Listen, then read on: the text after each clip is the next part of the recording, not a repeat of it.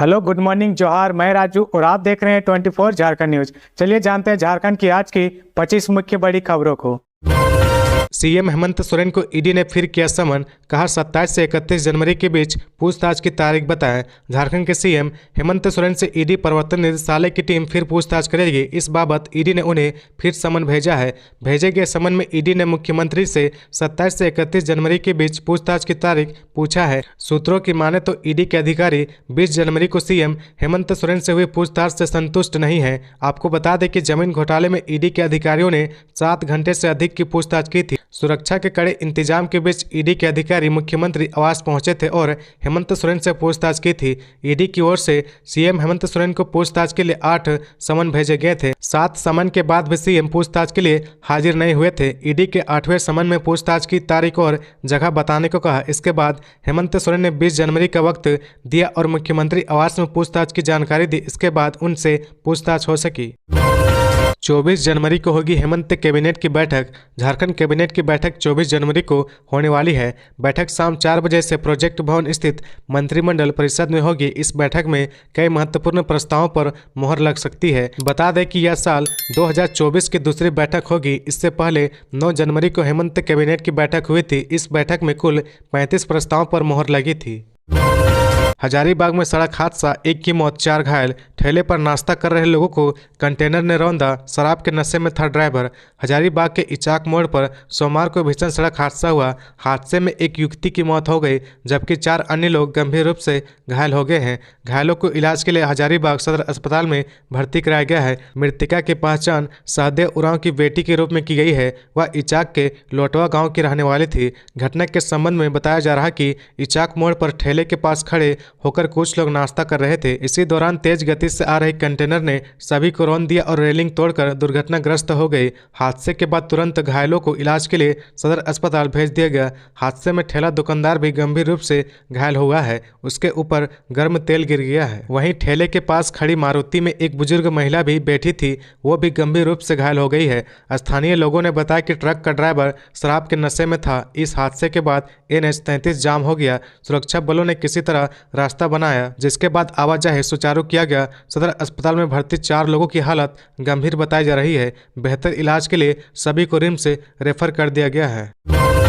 प्रारंभिक विद्यालयों में बहाल होंगे उर्दू के 7,232 सहायक आचार्य। हेमंत सोरेन ने प्रस्ताव को दी मंजूरी। सीएम हेमंत सोरेन ने झारखंड के प्रारंभिक विद्यालयों में उर्दू के लिए सहायक आचार्य के 7,232 पदों के सृजन के प्रस्ताव को मंजूरी दे दी है। इनमें प्राथमिक विद्यालयों में वर्ग 1 से 5 के लिए 5,478 एवं उच्च प्राथमिक वर्ग 6 से 8 विद्यालयों में 1,754 पद शामिल है। आपको बता दें कि पूरे राज्य के प्रारंभिक विद्यालयों में उर्दू के सहायक शिक्षकों के लिए 4,401 पद स्वीकृत है। इनमें 689 उर्दू शिक्षक के पदों पर नियुक्ति की गई है, जबकि 3,712 पद खाली है। ऐसे में राज्य के प्रारंभिक विद्यालय में उर्दू के सहायक शिक्षकों के स्वीकृति पदों को प्रत्यर्पित करते हुए उक्त पदों के विरुद्ध सहायक आचार्य का पद सृजन एवं वेतनमान परिवर्तित किया गया है। झारखंड के सभी जिलों के प्राथमिक एवं उच्च प्राथमिक विद्यालय में अध्ययनरत उर्दू छात्रों के क्रम में झारखंड शिक्षा परियोजना परिषद रांची के प्रतिवेदन के आधार पर कुल 7,981 सहायक आचार्य का पद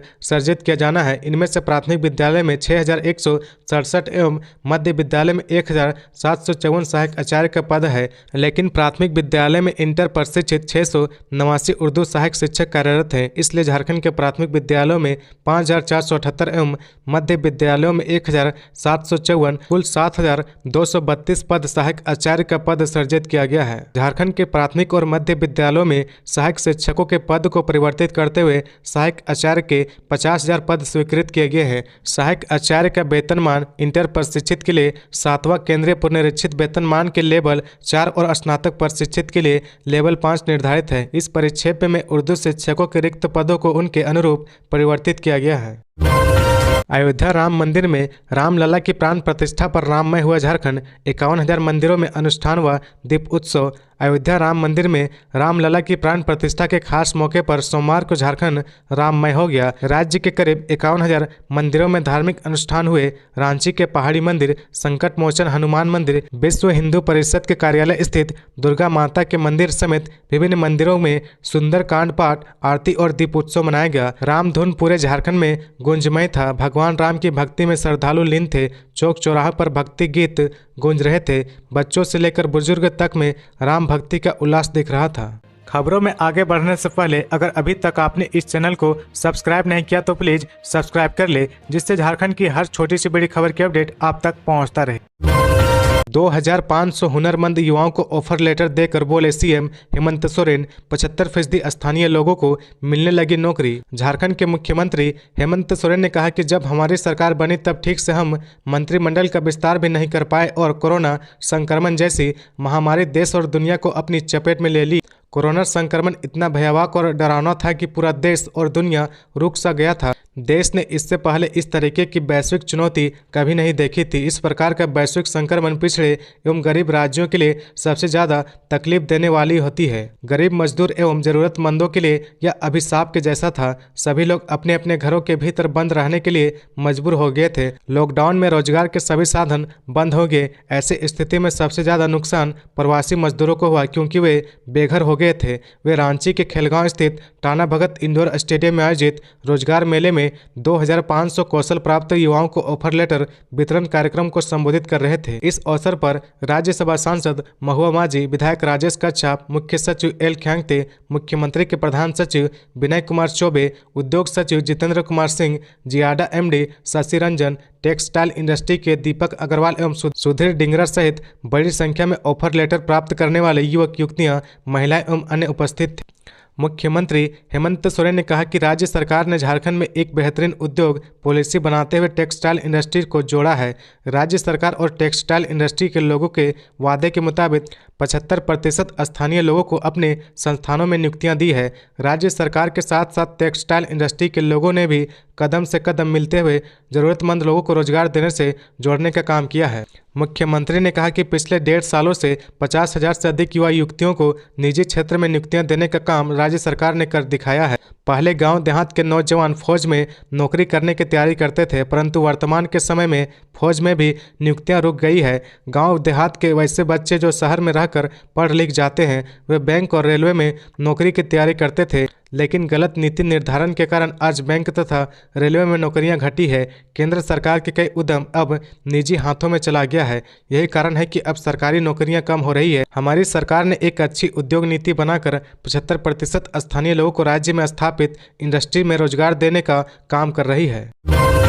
शिबू सोरेन को झटका, दिल्ली हाईकोर्ट का लोकपाल कार्यवाही में हस्तक्षेप करने से इनकार। दिल्ली हाईकोर्ट ने सोमवार को लोकपाल द्वारा झारखंड मुक्ति मोर्चा प्रमुख शिबू सोरेन के खिलाफ शुरू की गई कार्रवाई में हस्तक्षेप करने से इनकार कर दिया है।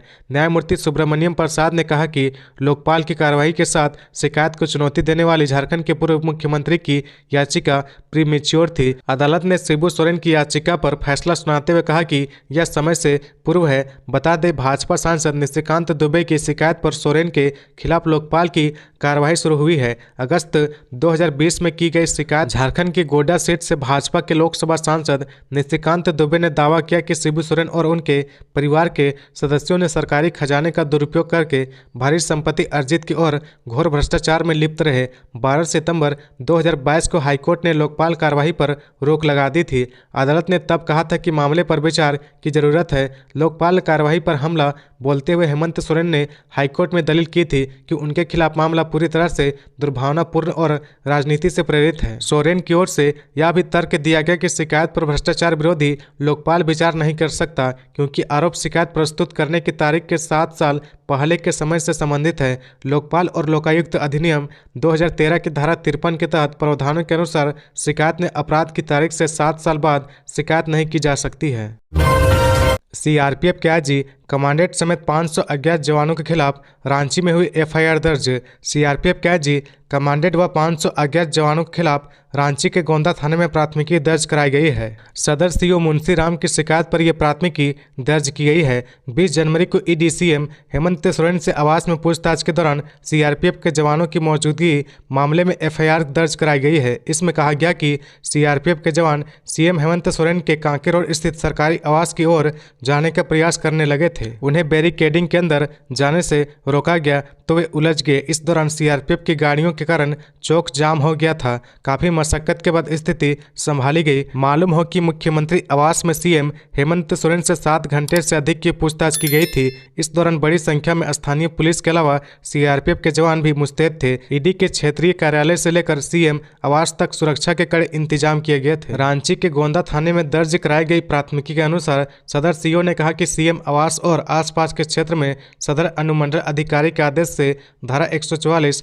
लगाई गई थी। इस कारण 500 मीटर क्षेत्र में हथियार के साथ जाने पर पाबंदी थी। डीसी एसएसपी के संयुक्त आदेश का हवाला दिया गया। अनुरोध करने पर भी वे मानने को तैयार नहीं थे। अधिकारियों व पुलिस कर्मियों से सीआरपीएफ के लोग उलझते रहे। काफी प्रयास के बाद स्थिति संभाली गई। इसलिए सीआरपीएफ के अधिकारियों व जवानों के खिलाफ प्राथमिकी दर्ज कर कानूनी कार्रवाई की जाए। असम में राहुल गांधी के काफिले पर हमला व मंदिर में जाने से रोके जाने के विरोध में झारखंड कांग्रेस का प्रदर्शन। भारत जोड़ो न्याय यात्रा पर निकले राहुल गांधी को असम में मंदिर में जाने से रोक दिया गया। कथित तौर पर उनके काफिले पर हमला भी हुआ। इसके विरोध में झारखंड प्रदेश कांग्रेस ने राजधानी रांची में जोरदार प्रदर्शन किया। प्रदेश अध्यक्ष राजेश ठाकुर की अगुवाई में मोहराबादी मैदान स्थित बापू वाटिका में हुए विरोध प्रदर्शन को संबोधित किया। उन्होंने कहा कि संविधान के तहत मिले मौलिक और धार्मिक स्वतंत्रता के अधिकारों को कुचलने का प्रयास असम की तानाशाह सरकार ने किया है। राजेश ठाकुर ने कहा कि भारत जोड़ो न्याय यात्रा पर हमला एवं राहुल गांधी को श्री शंकर देव मंदिर जाने से रोके जाने से साबित हो गया कि गोडसे की विचारधारा से प्रेरित लोग जनता और कांग्रेस से डर रहे हैं। इसी घबराहट में ऐसे असंवैधानिक कदम भाजपा की सरकार उठा रही है। राजेश ठाकुर ने असम के भाजपा कार्यकर्ताओं को गुंडा करार देते हुए कहा कि इन लोगों ने इस तरह से हमला करके भगवान राम को भी बदनाम करने की कोशिश की है। उन्होंने कहा कि हम संवैधानिक दायरे में भारत की जनता के लिए न्याय की मांग कर रहे हैं और गोडसे की विचारधारा से जुड़े लोग लगातार असंवैधानिक कृत्य करके देश में अराजक माहौल पैदा करने की कोशिश कर रहे हैं। प्रदेश कांग्रेस अध्यक्ष ने कहा कि राहुल गांधी की यात्रा शांतिपूर्वक चल रही है। इस यात्रा को भाजपा सरकार एन के प्रकार बाधित करना चाहती है, क्योंकि वह नहीं चाहती कि दबे कुचले लोग को यह पता चल सके कि भाजपा के शासन में देश किस कदर सामाजिक आर्थिक रूप से पिछड़ गया है। रोजगार के मुद्दे पर भाजपा सरकार बात करने से कतराती है। राहुल गांधी आम लोगों को यही बताने के लिए यात्रा पर निकले हैं, जिसे भाजपा हर हाल में बाधित करना चाहती है। राजेश ठाकुर ने कहा कि केंद्र सरकार के इशारे पर असम के मुख्यमंत्री असंवैधानिक कार्रवाई कर रहे हैं। हिमांता बिस्वा शर्मा जो कर रहे हैं उससे स्पष्ट है कि पूरे असम में अराजक स्थिति है। मुख्यमंत्री नहीं चाहते कि उनकी सरकार से त्रस्त जनता न्याय यात्रा से जुड़े, लेकिन राहुल गांधी सुनिश्चित करेंगे कि भाजपा की सरकार को जनता को न्याय देना ही होगा। झारखंड की 6,671 राशन दुकानें सीएससी के रूप में विकसित। 377 दाल भात केंद्रों में गरीबों को 5 रुपए में भोजन। खाद्य सार्वजनिक वितरण एवं उपभोक्ता मामले विभाग द्वारा कार्यान्वित की जा रही योजनाओं की बीते 4 वर्षों की उपलब्धि को लेकर विभागीय सचिव अमिताभ कौशल ने सूचना एवं जनसंपर्क निदेशालय के सभागार में कहा कि खाद्य सुरक्षा को लेकर विभाग गंभीरता के साथ कार्य कर रहा है। झारखंड की एक बड़ी आबादी को खाद्य सुरक्षा विभाग की विभिन्न योजनाओं से आच्छादित किया जा रहा है। विभाग योजनाओं के कार्यान्वयन को लेकर विभिन्न स्तर पर कार्य कर रहा है। योजना में नवाचार का समावेश करते हुए राज्य के लोगों को न्यूट्रिशियन सिक्योरिटी करीब 66 लाख लाभुक परिवार को दी जा रही है। साथ ही सोना सोबरन धोती लुंगी साड़ी वितरण योजना के अंतर्गत 10 रुपए के अनुदानित दर पर राज्य के करीब लोगों को उपलब्ध कराई जा रही है। झारखंड की जन वितरण प्रणाली दुकानों को कॉमन सर्विस सेंटर सीएससी के रूप में विकसित करने का निर्णय लिया गया है। 10,000 जन वितरण प्रणाली दुकानों को सीएससी के लिए चिन्हित किया गया है, जिसमें से अब तक 6,671 जन वितरण प्रणाली दुकानों को सीएससी के रूप में विकसित किया जा चुका है। इससे जन वितरण प्रणाली दुकानदारों की आय में वृद्धि होगी। सीएससी के रूप में परिवर्तित 318 दुकानें डीजी पे के रूप में, 580 दुकानें डिजिटल सेवा पोर्टल डीएसपी के रूप में एवं 802 दुकानें ई स्टोर के रूप में रजिस्टर्ड है। जन वितरण प्रणाली की अनुज्ञप्ति के नवीकरण की आवश्यकता को समाप्त किया गया है। राज्य की जनता के पोषण की आवश्यकता को देखते हुए राज्य सरकार द्वारा राज्य खाद्य सुरक्षा योजना स्वीकृत की गई है। इसके अंतर्गत लाभुक को 5 किलोग्राम प्रति लाभुक प्रति माह चावल उपलब्ध कराया जाता है। इस योजना अंतर्गत प्रारंभ में 15 लाख लाभुक का लक्ष्य निर्धारित किया गया था, जिसके बाद बढ़ाकर 20 लाख कर दिया गया है। इस योजना अंतर्गत अब तक 33,16,489 लाभुक आच्छादित हुए हैं। राम मंदिर के प्राण प्रतिष्ठा समारोह में शामिल हुए सुदेश महतो राज्य की समृद्धि के लिए की कामना। पूर्व उप मुख्यमंत्री सह आजसू पार्टी के अध्यक्ष सुदेश महतो सोमवार को अयोध्या में भगवान श्री राम की प्राण प्रतिष्ठा समारोह में शामिल हुए। इस अवसर पर उनकी पत्नी नेहा महतो भी शामिल हुए। सुदेश महतो ने कहा कि इस ऐतिहासिक समारोह व शुभ घड़ी में शामिल होकर अभिभूत हूँ। अयोध्या का भव्य एवं दिव्य राम मंदिर समस्त देशवासियों के समर्थ और सक्षमता का अप्रतिम प्रतीक है। राम हमारे चेतना निर्माण और आस्था के आधार है। यह समारोह समस्त देशवासियों को एक नई ऊर्जा प्रदान करेगा। राम हमारे चेतना निर्माण और आस्था के आधार है। यह समारोह समस्त देशवासियों को एक नई ऊर्जा प्रदान करेगा। सुदेश महतो ने आगे कहा कि हम भगवान राम के आदर्श, मूल्य, मर्यादा और आत्मसात करने की आवश्यकता है। कहा कि यह समय सभी तरह के देशभाव भूलकर आपसी सौहार्द स्थापित करने का है। इस पावन अवसर पर किसी तरह की राजनीति करना गलत है। इस मौके पर पार्टी अध्यक्ष सुदेश महतो ने भगवान श्री राम के समस्त राज्यवासियों के जीवन में सुख, शांति, समृद्धि एवं आरोग्य की कामना की।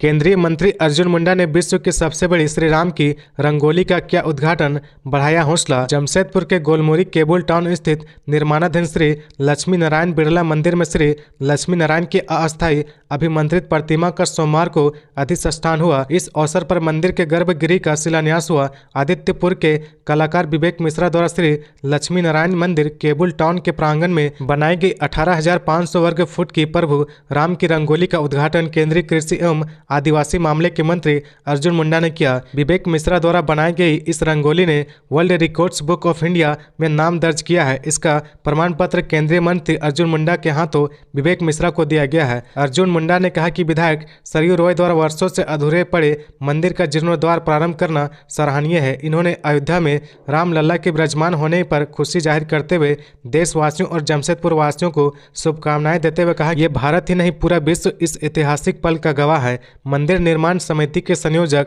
जमशेदपुर पूर्वी के विधायक सरयू रॉय ने कहा कि आज का दिन देश के ऐतिहासिक में एक यादगार दिन है। आज बाल रूप में रामलला की प्रतिमा की प्राण प्रतिष्ठा श्री अयोध्या में हुई है। बाल रूप में श्री रामलला की पूजा हो रही है। इस अवसर पर जमशेदपुर के गोलमुरी केबुल टाउन स्थित निर्माणाधीन श्री लक्ष्मी नारायण बिरला मंदिर में श्री लक्ष्मी नारायण भवन की अस्थायी प्रतिमा बैठाई गई है। मंदिर के गर्भगृह का भी आज के ऐतिहासिक दिन में शिलान्यास हुआ है। प्राण प्रतिष्ठा कार्यक्रम के उपलक्ष्य में जमशेदपुर के युवा कलाकार विवेक मिश्रा ने दुनिया की सबसे बड़ी श्री राम की रंगोली श्री लक्ष्मी नारायण मंदिर प्रांगण में बनाई है।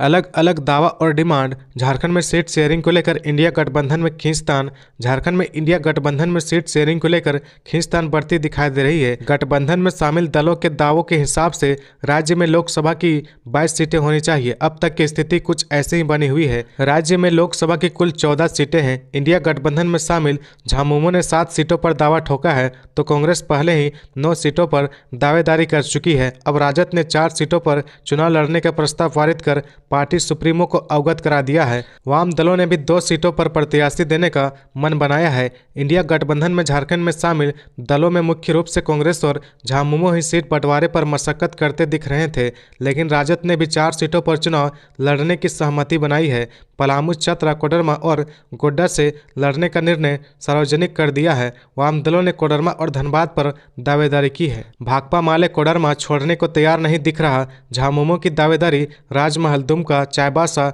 जमशेदपुर, लोहरदगा, कोडरमा, गिरिडीह सीटों पर है। कांग्रेस रांची, जमशेदपुर, सिरभूम, खूंटी, धनबाद, हजारीबाग, पलामू, गोड्डा, कोडरमा से प्रत्याशी देने के लिए ताल ठोक रही है। इंडिया गठबंधन में झारखंड की 4 लोकसभा सीटों पर माथापेची हो रही है। हजारीबाग, कोडरमा, जमशेदपुर और धनबाद में गठबंधन में शामिल 1 से अधिक दल प्रत्याशी देना चाहते हैं। कोडरमा और जमशेदपुर पर कांग्रेस और झामुमो दोनों की दावेदारी सामने आई है। धनबाद में वामदल और कांग्रेस, इसके अलावा कोडरमा में भाकपा माले भी ताल ठोक रही है।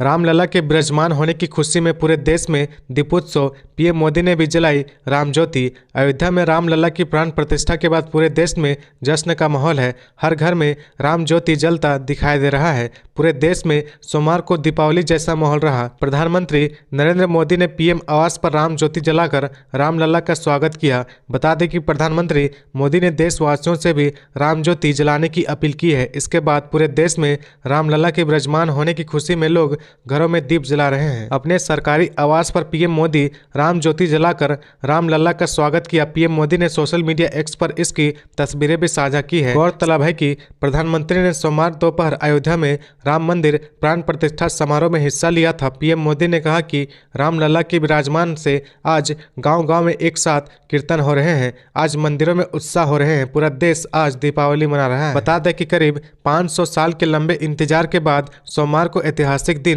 रामलला अयोध्या में विराजमान हो गए हैं। पीएम मोदी रामलला की प्राण प्रतिष्ठा में शामिल हुए थे। रामलला की प्राण प्रतिष्ठा के बाद पीएम मोदी ने मंच पूरे देश को संबोधित किया। खलारी में अनियंत्रित स्कॉर्पियो दुर्घटनाग्रस्त। एक्सीडेंट के बाद मदद को आवाज देते रहे घायल। खलारी थाना क्षेत्र के डकरा पिपरवार मुख्य मार्ग के चूरी बगलता घाटी में एक तेज रफ्तार स्कॉर्पियो पुल के गार्ड वाल से टकराकर गड्ढे में जा गिरी। इस दुर्घटना में गाड़ी बुरी तरह से क्षतिग्रस्त हो गई। वहीं गाड़ी में सवार 3 व्यक्ति गंभीर रूप से घायल हो गए हैं। घटना के बाद घायल तीनों व्यक्ति मदद के लिए पुकार करते रहे, लेकिन कोई नहीं रुका। जानकारी के मुताबिक दुर्घटना के कुछ देर बाद चूरी परियोजना पदाधिकारी अपने पदाधिकारियों के साथ डाकरा लौट रहे थे। तभी उन्होंने दुर्घटनाग्रस्त गाड़ी और घायल लोगों को दिखा और तत्काल इसकी सूचना डकरा अस्पताल को दी, जिसके बाद परियोजना के अधिकारी और कई राहगीरों की मदद से सभी घायलों को डकरा अस्पताल पहुंचाया गया, जहां से उन्हें बेहतर इलाज के लिए रांची रेफर कर दिया गया। जानकारी के अनुसार स्कॉर्पियो बचरा की ओर आ रही थी। घाटी में तीखा मोड़ होने के कारण अनियंत्रित होकर पुल के गार्डवाल से टकरा गई। गाड़ी की रफ्तार इतनी तेज थी कि पुल के नीचे नाले के ऊपरी सतह को पार कर पलट गई। गाड़ी में सवार 3 व्यक्तियों की पहचान केडीएच परियोजना के कांटा बाबू, राजेश सिंह, कोयला कारोबारी विकास यादव और रांची के कुंदन सिंह के रूप में की गई है। घटना की जानकारी मिलने के बाद डाकरा अस्पताल में लोगों की काफी भीड़ जुट गई। परियोजना पदाधिकारी अनिल कुमार सिंह समेत कई अधिकारी अस्पताल पहुंचकर घायलों का हाल चाल जाना। तो ये थी आज की झारखंड की टॉप बड़ी खबरें। इसी तरह झारखंड की हर छोटी सी बड़ी खबर देखने के लिए आप हमारे चैनल 24 झारखंड न्यूज को सब्सक्राइब करके बेल आइकन प्रेस कर ले, जिससे झारखंड की हर छोटी सी बड़ी खबर की अपडेट आप तक पहुंचता रहे। तो आज के लिए बस इतना ही। हमें दीजिए इजाज़त, फिर मिलते हैं नेक्स्ट न्यूज में।